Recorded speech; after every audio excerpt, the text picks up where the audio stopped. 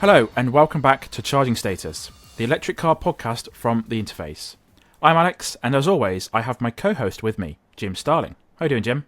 I'm all right, Alex. How are you? Pretty good. Yeah, pretty good. We've got some news, haven't we? We've got a bit of news, yeah. Yeah. The podcast has been so unbelievably unsuccessful so far. We're going to do more of them for you. We, we feel like you need to be punished further. No, in all seriousness, I think it's really hard to get traction on a podcast when you're doing one a month. And some of the great and good from the automotive podcasting world have told me that. And we're just going to try and do it a little bit more often. So there'll be shorter episodes, but more of them. And then occasionally we'll do some special stuff. Got one potential special project in the works, but it's far too early to talk about that. But yeah, hopefully, if we do a bit more and give you a bit more, hopefully you'll be more inclined to share with your friends and follow, subscribe on YouTube, like, watch, all that kind of stuff. Fantastic. We are going to try and do one a week, I should say. Yeah, we are going to try, yeah. Yeah. And whenever possible, we will do one a week for you. What have we been up to since we last recorded it? Probably a few weeks ago now. So, I suppose the main thing is yesterday. yes. But we've both had some cars, I guess. Have I had a car since then? I don't know. I've actually been driving my Model 3, so I drove that this week for the first time in a couple of weeks. And that's all been pretty good. But yesterday we went to the SMMT Test day at Millbrook. And we both got to drive the Renault 5. Yeah. Let's start with your thoughts on it. The design of it on the outside is just outstanding. Just the little details that they've made. I always find whenever I drive a car for like 10, 15 minutes at one of those drive days, I always have a very, very different impression to when I've spent a whole week with a car. Completely. But because I think you're it's such a weird zone to be in on that day. You could drive like 10 cars possibly in one day. So you always your brain's comparing them all. But I thought on the road, because I don't know if, well, a lot of people watching or listening won't actually know, but when you go to the Millbrook test event, you can drive the cars on different kinds of roads. So one of them is the bowl, like the big high speed thing. You can take it out on the public road as well, and you can drive it on that Alpine course. You would have seen that on Top Gear in the past as well. But no, I took the Renault 5 on the road, and it felt very normal. Like it didn't feel anything outstanding just on the 10 minutes I had with it. But once I took it on the handling course, I thought it showed a bit of character in the corners and stuff. But I don't know about what you thought. I thought it looked magnificent. I thought the interior looked fantastic, and the drive was meh. I just thought it was a bit bland, to be honest. And I took it around that Alpine route, and the next car I took around the Alpine route was the Mini Aceman, and I thought the Mini Aceman was way better on that kind of thing. Now nipping round in a town as you would on a normal day and not taking it round a hilly track, it could be completely different. And as you said, it's really hard to judge something in 5 minutes. But my initial impression was a bit disappointed. Obviously, I spent a lot of time with the Hyundai Insta the other week, and I thought that's way better to drive. But we're comparing 6 hours driving, 4 hours driving versus 10 minutes, and 4 to 6 hours driving on public roads rather than 10 minutes on a track. Yeah. But I was totally and utterly prepared to be impressed, and I just wasn't. Just left me a little bit cold. Nothing wrong with it at all, though. No. Like, I can't fault any part of it other than it just didn't have any character. I don't know what the brief is for the car. Like, it might just be that they're saving it for the Alpine totally. version. Yeah. The Yeah. handling bits and pieces on it. But as obviously most people, well, nearly everyone buying it will be driving it around, and on the road it felt perfectly fine. decent It's all, quality. So almost in the same way as like the ID3. Like to drive the ID3, there's almost nothing wrong with it. yeah, There is nothing wrong with it. But it's not. It doesn't grab you by the throat and say, "Look at me, I'm a yeah, character." yeah. I You got know. you. It may also be like the other thing I should factor into this, and the listeners should factor into this, is that with the Insta, I had no interest in that car, other Right. than I thought it was going to be good and I thought it was going to be sensible and a reasonable price, but I did not imagine that it would be a nice, not nice thing to drive, but an exciting or interesting thing to drive. I just thought it would be a sensible car for a good price. And I knew it would be really good because it's a Hyundai and they don't have a bad car in the range, but I didn't expect to love it. And the Renault 5, I've adored since the first time I saw it. You know, I was at the launch of it, not to drive, but when they Yep. did the unveil and everything, and I was almost doing cartwheels afterwards. That's how much I love that car. So I had such high expectations. So I'm perhaps completely unfairly judging it. And I think sometimes those cars that you do think about in the fondest way are the ones that you had the lowest expectations for. Apart from the Ioniq 5N, which I've always loved, and I took it round the track again yesterday, and every time I drive it, I love it a bit more. Yeah. I can't quite remember what the official range on it, but I think when I got in it, I think a lot of people have been absolutely abusing it because I think it was on 80% battery and I think it was showing 150 miles of range, Jeez. Yeah, which is that would- mental. But yeah, that would make sense. mm. Did you drive it after me? I can't remember what point in the day I drove it, but I drove it at some point. Yeah, amazing. Just all the pops and bangs, and I know we had a go in it last year, but that was the proper first time I had a go in it, sort of full speed sort of thing, and yeah, very very engaging and lots of cool noises and stuff, and it handles really well. So Yeah, I love it. It's yep, totally daft. So yeah, the Renault 5, basically Renault need to give us both one for a week, but I don't. I mean, you have got one. I've got booked in, one haven't you? coming in August. Yeah, Yeah, yeah. Which I'm gonna. Yeah, I always, as I said, I always find this that just you drive it on roads you've driven, and then it at home and stuff, Yeah. and it always just. What's the story? You've got to collect it, haven't you? So I think it's somewhere near London. I've got to go and collect it, and leave my little car there. So yeah, that seems to be the role of my car at the moment. It seems to get never used, and then used.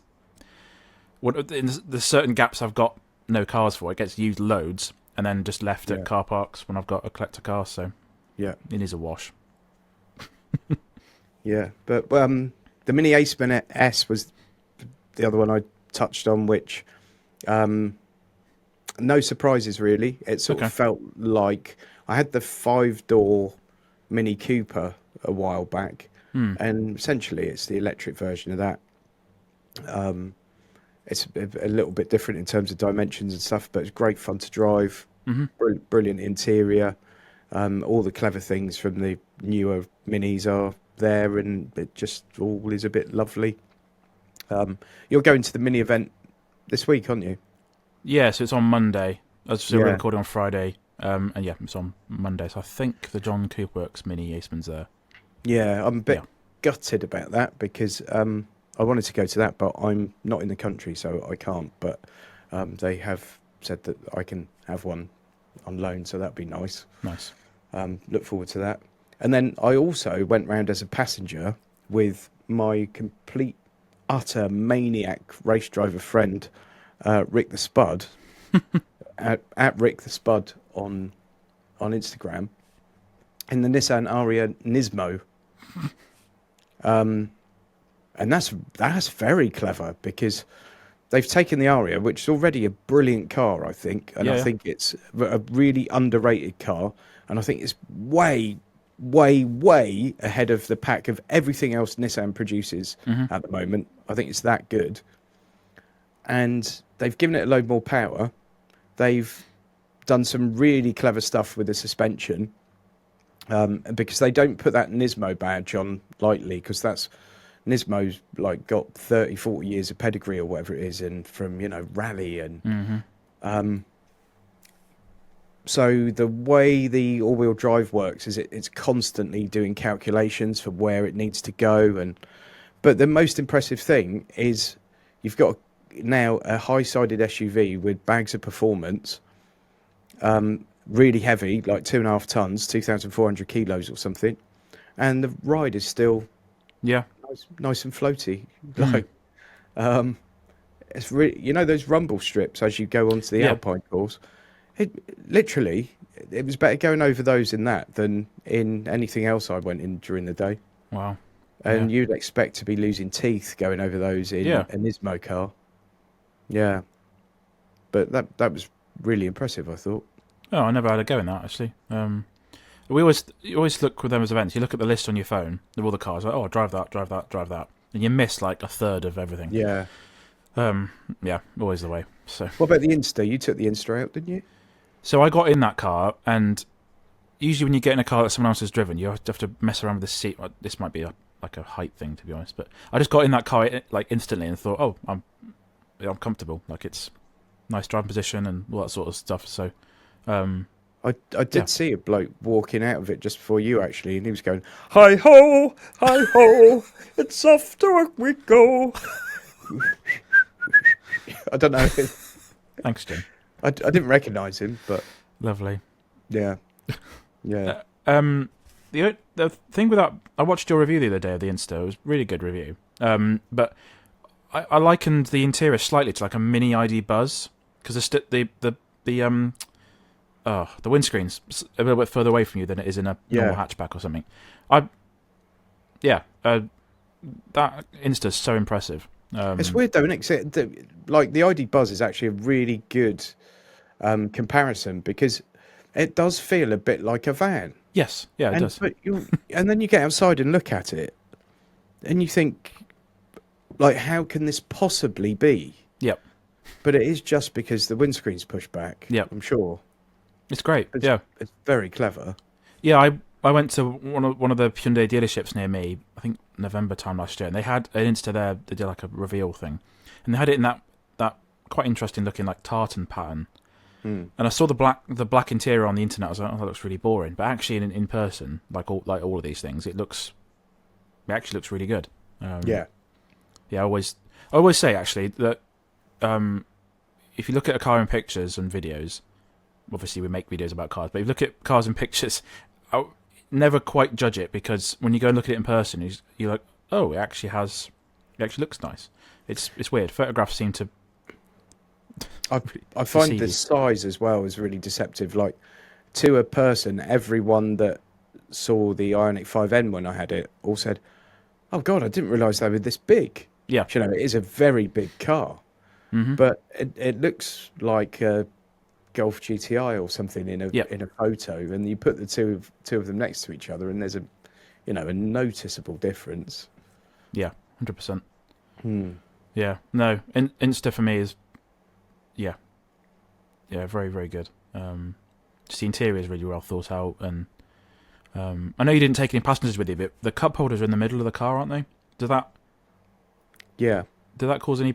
I guess you didn't use cup holders, but I don't know if that would cause any problems. But when I did that drive day, there were 2 bottles of water in there okay, that they'd kindly provided for us, and no, they were fine.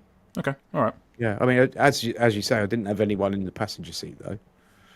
But I'm not the smallest of people, and you'd think, my sizable backside might have encroached onto the bottle of Evian, but it was fine. Yeah, it was fine. Yeah, no, really good. Yeah, I think because of the price of it, I think they'll shift quite a few of those. Yeah, really impressive. By the way, someone there yesterday asked me how old I was, and I said 47. And they said, "Really?" And I said, "Yeah." And I think she thought I was joking because I was a lot older. Right. You know, when someone goes, really? Yeah. And usually they think younger. And I was like, yeah. And she was like, but then you see like a little look of panic for half a second. You're like, oh, okay. Yeah. I'm not going to name any names, No. but she's a PR Oh. working for one of the companies, one of the car companies. Yeah. That's vague. But yeah. Bad Well, actually, before we go reviews time. more SMMT stuff, actually on this week's been a long week. I think it was Tuesday. I drove the Microlino. Oh, yeah. So people don't know. It was announced it was announced ages ago, and then it launched in the UK last year. Little tiny bubble car, essentially like a recreation of those 50s cars that people had. Little electric thing, and I was talking to you about it yesterday, and you compared it to the Mini you drove. It obviously, because it's so small and so unisolated, you can hear the motor. And electric motors are actually quite loud. So yeah, that Mini Classic where they'd done the EV conversion you're talking about, aren't you? Yeah, that's the one, yeah, which was like... Yeah.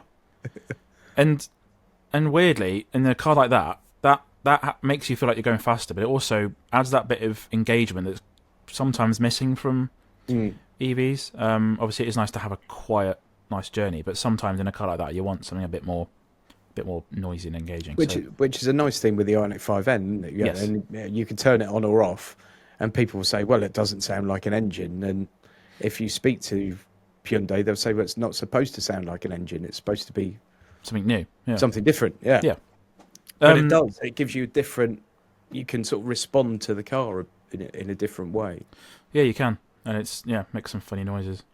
The Microlino is hilarious. Like, the one I drove, they have two different versions. They have one that's like the AMI that can go 28 mile an hour, and some sort of weird AM license, which I think in this country means that maybe younger people could drive it. I'm not really sure. But the one I drove it could do 60 mile an hour nearly, which was mental. But I didn't feel unsafe. It doesn't. I said that my video's coming out soon, but it just feels. It's obviously tiny, but you don't feel like you're going to die. 60's a decent speed in one of those things, isn't it? Oh yeah, yeah. I sat in one at either Paris or Geneva, and I mean, watching me getting it in and out of it would have been a video in itself.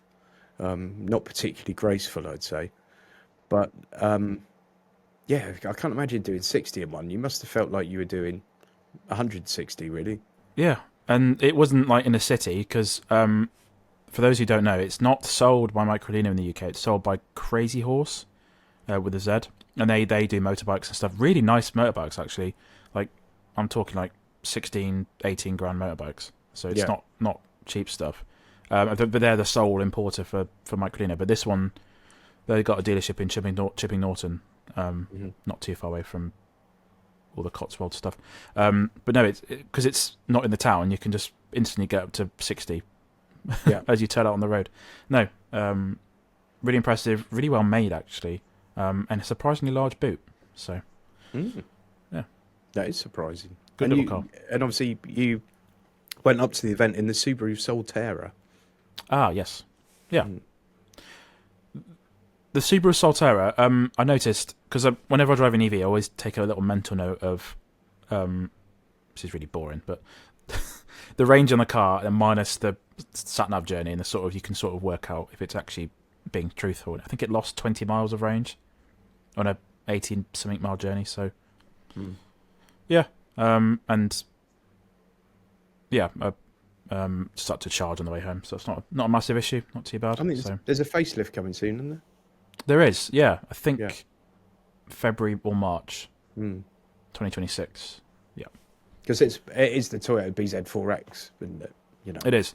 And weirdly, the one I've got is the top spec version with 20-inch wheels, but it's got 257 miles of range. But the bottom spec version's got 290, so I can't understand.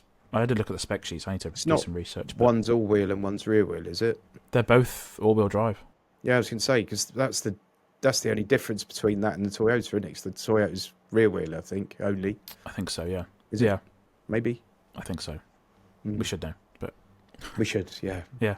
But interestingly, so at Millbrook as well as all the road courses and things you can do fast speeds on, there's an off-road course. and I went on the off-road course with a Subaru Forester, and the guy I was with was saying, "Oh yeah, the Solterra can do this, no problem. Like it's the same deal." So I don't think Subaru would have even bothered making the Solterra if it couldn't go off-road. And that's great because Yeah. that's the Subaru Yeah, USP almost, isn't it? Is everything's massively rugged, and I think you can still get an Impreza. Well, you certainly can in some markets, but even some of those, the old from the glorious rally days, yeah, their all-wheel drive wasn't just a light all-wheel drive or part-time all-wheel drive. I think you could go fairly full-blown with it. So, apart from the ground clearance, it's like I've driven Land Rovers off-road on some of their official days. It was doing all the stuff they could do, like hill descent control, just climbing a very steep hill, like super easy gradients, and yeah, really impressive. that's one thing I like with Subaru. Like when I had the Forester in, they know the brand. There's a really clear like brand identity, and then they're not trying to be anything else. So you get some of it's a bit if for someone that drives loads of cars, but someone buying that car is probably a farmer or someone that lives out in the country somewhere, and actually all the things that Subaru should do, they always seem to deliver on really well. Yeah. The only difference is on this Subaru own brand stuff, like the Forester and stuff, the software is completely different to it is in the Solterra. The Solterra is it's just exactly the same as a Toyota. Because I drove a Igo yesterday, I was like, oh, this is the same as the Solterra, so it's all sort of blended into one. But I mean, the Solterra's got X-Drive, all the off-road shizzle, so yeah. Was there anything you drove yesterday? Anything else that was of interest, or? I can't actually remember what else I drove yesterday. I only drove about 3 cars, I think, so I was talking to people most of the day.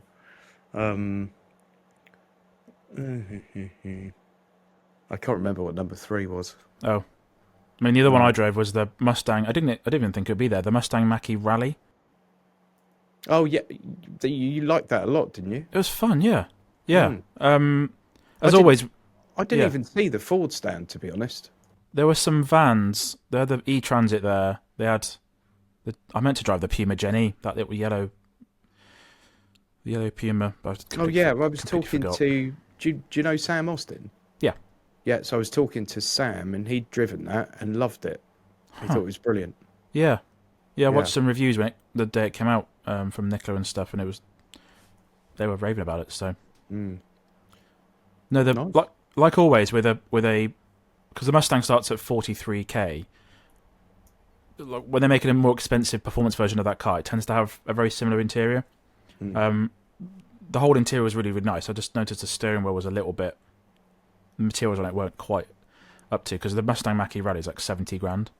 Once you spec it up, but the guy was telling me that they take it off road, they do rally special stages with it, so it's very capable and got proper suspension and like whatever you call it, like the metal on the bottom of the car to protect it all. So but yeah, very fun.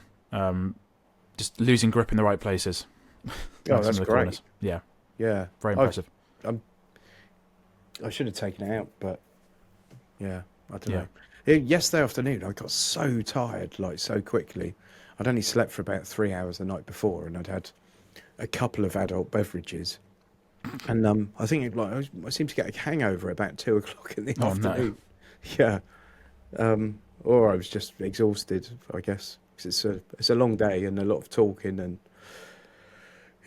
but should try harder in red pen. I'm going to put under yesterday's performance from me. Yep. Yeah, so many. I got in the car on the way home, and I'm thinking, oh God, I didn't go and speak to Kia, and they had the new electric van there that I really want to see, and I didn't go and speak to Volvo. And I was talking to Tom Shorrock, and he'd taken the EX90 around the Volvo. Oh yeah. And he said it's like one of the best things he's ever driven. Oh wow. And I was like, oh, I'll go over there and drive that. Completely forgot. Yep. Yeah. So I did go around in that little Nissan Micra though, with a Nissan 350Z engine in the back. Wow. But taken by a professional race driver, proper harness, helmet, all the rest of it, and that was an unbelievable experience. Absolutely brilliant.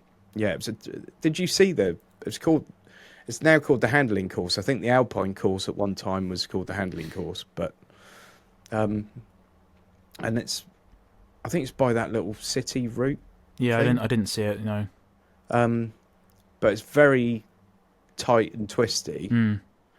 and I mean, this guy was just absolutely flinging it round. He's a race driver and a precision drifter. Oh wow, that's a good CV, isn't it? Yeah, yeah, but my word, did you know what he was doing in the car? It's crazy. Whenever you go in a car with a proper racing driver, like what you consider to be the edge, Oh, okay, yeah. even the ragged edge, is a million miles away from. And when you're on the ragged edge, you feel like it could be lost, Yes. Yeah. and you never get that feeling when you're in with a proper driver. Got you. Yeah, someone who knows how Yeah. to drive properly. Yeah, yeah, yeah. Yeah. But that was really good fun. First time that car had been at an event for 10 years. Oh wow. Yeah. Yeah, yeah. Yeah. There's But not obviously not electric. EV related. There was something else I forgot to drive. It was there's a Rocketeer V6 MX5. Oh, I saw that going round. Yeah, I completely forgot to drive that. So yeah, yeah. That looked very cool. yeah. But a nice mix of cars there, Yep. and just should have driven more, to be Yeah. honest. Yeah. Yeah, yeah. But yeah, that's all the SMMT chat. Obviously same again next year. There's always like these regional ones they do. So they do a smaller event at some point in September, I think, which actually isn't that far away really. So we got a little bit of news. So other than SMMT stuff, the Renault Twingo is actually being confirmed now for the UK, because it was a bit up in the air before about whether or not Renault would actually not bother to do it, but could have justify the spend to bring it to the UK. But it's actually some really good news at the fact they're bringing it here, which is really good. So Yeah, it looks super cool. yeah, And that was it. They had that, or the concept of it, or I don't know if it was the final version at the Paris Motor Show, and it looked amazing. And that was drawing more of a crowd than the Renault 4, which was like the big headline launch. And I just thought that would do really well in the UK, and great small city car. Obviously, if the pricing's right on it, that's going to be the all important thing. yes. But, The images that will be on screen now, if you're watching this, is the concept. So even the interior is a bit of a concept. It looks very Renault 5-ish. I noticed Renault seem to do that even with their new vans. The interior is sort of a shared bit from the 5. Got physical climate stuff as well, but no, it is a concept at this point. Pricing says below €20,000, which is 16, just under 17k. So we'll see how that goes. We're starting to see this really competitive pricing structure now for smaller EVs. It's all coming down, which is really good news. It's exactly what you need. So yeah, and I mean, if they could come out at that price, you're then looking at, oh, do I get one of those or a Dacia Duster? Dacia Duster. yeah, Dacia Spring. And although they're ticking different boxes, I mean, wow. yeah, I 100%. know which one I'd go for, that's for sure.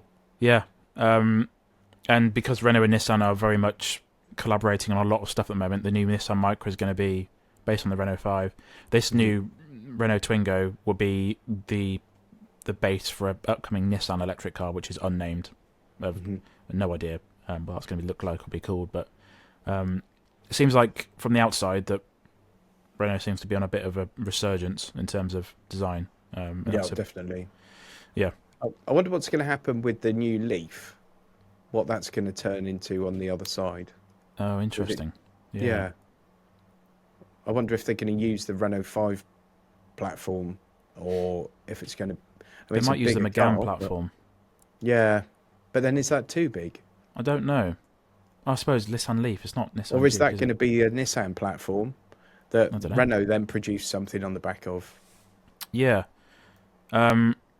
There was I guess you saw it as well, but there was Johnny Smith did a video around the Renault 5 factory, and he detailed that there's actually two platforms. There's the Renault 5 platform and the one that's for the Scenic and the Megane, which I didn't really consider before. But yeah, they can produce anything really. See how it goes. Yeah, interesting stuff. Yeah.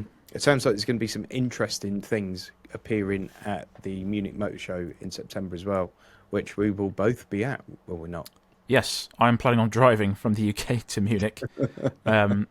Probably in my Up GTI actually. Not really sure yet, but we'll see what goes. Alex, there are these big things that fly through the sky now and transport people and goods to other countries. Well, funnily enough, it's actually cheaper for us to drive. Oh, really? That's not the main reason. It's just that I've never driven to Germany. And it's something I wanted to do. So. Oh, it is brilliant. Like, yeah. Oh, sorry, my alarm's going off there. It's a bit early. Yeah. It is a brilliant experience. So you'll love it, I'm sure. Yeah, there is one thing confirmed for the Munich Motor Show. It's the Polestar 5 with extreme fast charging and brand new battery technology. It says 900 brake horsepower and apparently a British engineered chassis and 800 volt architecture. So that's going to be shown off at the event. It's like a saloon kind of thing. So it looks quite interesting. So I've got a feeling we might be seeing an all new MG at Goodwood Festival of Speed as well. Oh. So not the Cyber X concept, or don't know. You don't know? Okay. No, but there's something's happening. Oh right. And in Munich, I think the new class from BMW, which has been much hyped and we've seen lots of concepts for, interesting, is going to be on show there for the first time. And from what I'm hearing, it's not going to be incredibly different from the concept, and it's going to be bold. Wow. So, really looking forward to that. Yeah, that'd be good. Yeah. Well, you mentioned MG. The MG Cyberster G... No, is it called G? No, the Cyberster Coupe, whatever it was called. That's now being confirmed for the UK as well. Well, that'll be Festival of Speed then, won't it? Yeah, it will be, yeah. I've seen one of those. I've sat in one of those. Which I think was the only one in the country at the time. Nice. And at that time, there was no plans to bring it to the UK. Yeah. But I think the Cyberster sold in bigger numbers than they expected. Yeah, that's good. And like as a brand, they're doing amazingly, like for EV sales. Yeah, which is good. So, yeah. Yeah, still haven't driven the Cyberster. I meant to do that yesterday. Something else I forgot to do. So. I think this is a good point to bring the podcast to an end because I've got to go and collect my dog from the groomers. That's not a euphemism. I do genuinely have to collect my dog from the groomers. Lovely. So, thanks for listening, everyone. Yeah, definitely. If you like this sort of content, like subscribe on YouTube. If you can follow the show on all the podcast platforms, and yeah, let us know if you are enjoying the more regular content. So I got excuses to speak to Jim a bit more often. So. Jim's on YouTube. Definitely not a guru. I got various YouTube channels and stuff. The Interface Cars is one of those. We'll see you again next time. Bye.